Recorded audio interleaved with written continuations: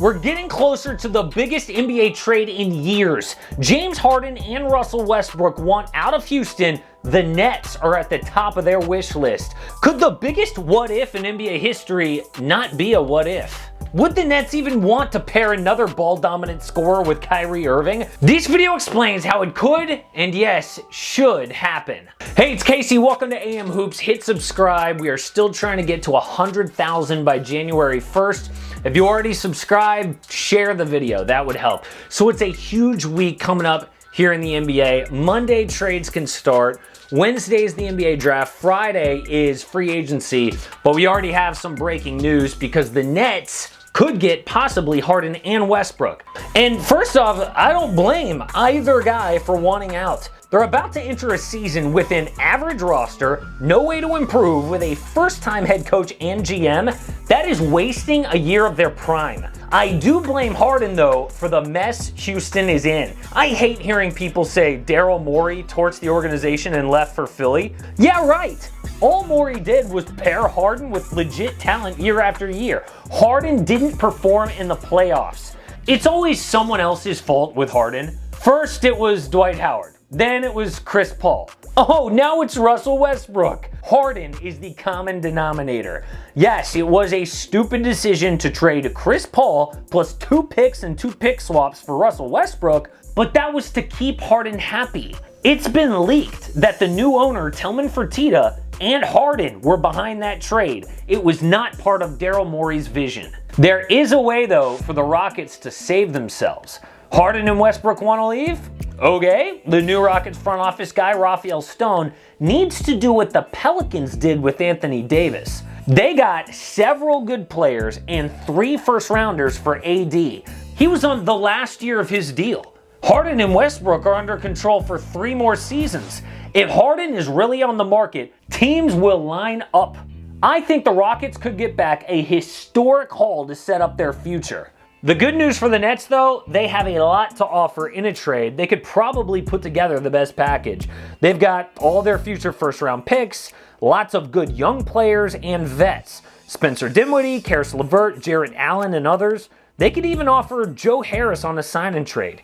To me, there is no other team with more to offer than Brooklyn. But while it is fun to think about reuniting Kevin Durant, James Harden, and Russell Westbrook, it's not realistic. Russ makes too much money, he's not a good fit, and there were some rumors that him and James Harden weren't getting along. And combine Harden and Russ's money, they make $132 million each over the next 3 years. Brooklyn would have to give up a ton.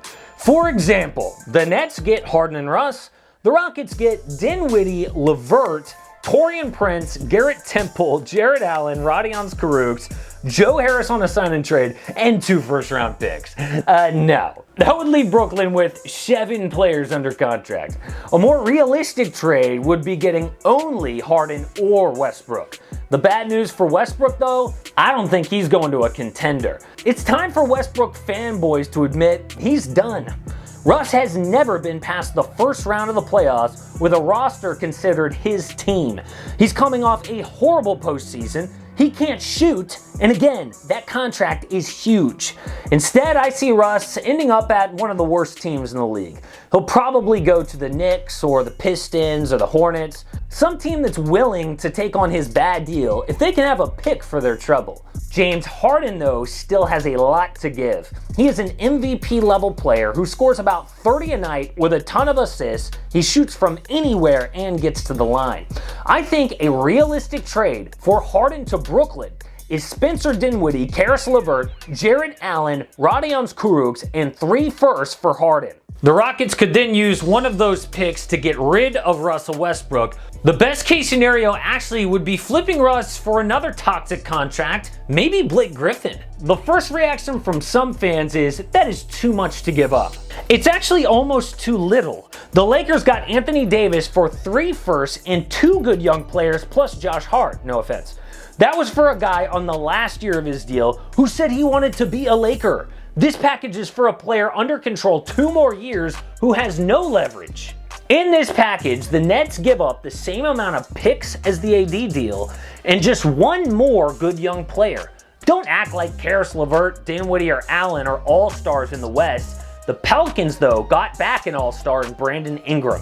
Again, this might be too little to ask for James Harden. And yes, the Nets do add James Harden next to Kyrie Irving. No, it's not a bad fit. Adding someone who scores over 30 a night, former MVP, still in his prime, is never a bad fit. Harden already proved he can play next to Chris Paul, who likes the ball in his hands. If anyone can figure out how to use two Hall of Fame guards, it's a Steve Nash, Mike D'Antoni coaching staff. But the best proof Harden to the Nets is a good fit is this stat. In Harden's MVP year, he took fewer field goals per game than any of the last 3 seasons. When he does less, it's actually a good thing for his game. Look, we've all seen the Beard jack up crazy shots in the regular season. Yes, it is fun for us, but he'd be the first to tell you, it's not a recipe for playoff success. Harden to the Nets would be the best East team since LeBron's Miami Heat. In this deal, Houston restocks their draft with 3 picks from Brooklyn, including 19th this year. Jarrett Allen fills the center spot immediately, which ends microball. Spencer Dinwiddie has proven he deserves his own team, and the offense runs through Caris LeVert. He proved in the bubble that is lethal. He scored about 20 points per game with 10 assists and 6 boards. So this could be a trade that works for both teams. My question for the Nets, though, is would they rather trade all this for a different star? The best players possibly on the market are Giannis Antetokounmpo, Bradley Beal, maybe Joel Embiid or Ben Simmons. There are lesser players too, like Drew Holiday or Victor Oladipo. I do think Harden is a good fit on the court, but it could be disastrous in the locker room. The Nets already have a ton of red flags with sensitive Kevin Durant and conspiracy theory Kyrie. Do they really need a guy who has not gotten along with any star teammate over the years? As soon as a losing streak hits or playoff adversity, I would expect the Nets to fold. I think the best fit on and off the court would be Giannis, but he's not actually available. Drew Holiday is a teammate of the year, but Harden's talent is just too good to pass up. Now, it's up to the new Rockets front office to find the best trade offer they can. Would they rather have this package from the Nets or Ben Simmons and a pick or 2 from the Sixers? What if the Nuggets offered Michael Porter Jr. and a ton of picks? Personally, I would rather have the best possible young player like Ben Simmons. One rule of the NBA is 3 or 4 B players don't equal even 1 A player. And Harden is an A player. Those guys don't come on the market very often. If he does, a lot of teams will line up, but the Nets are in a good position to pounce. Support AM Hoops and click subscribe. Don't miss a daily NBA video.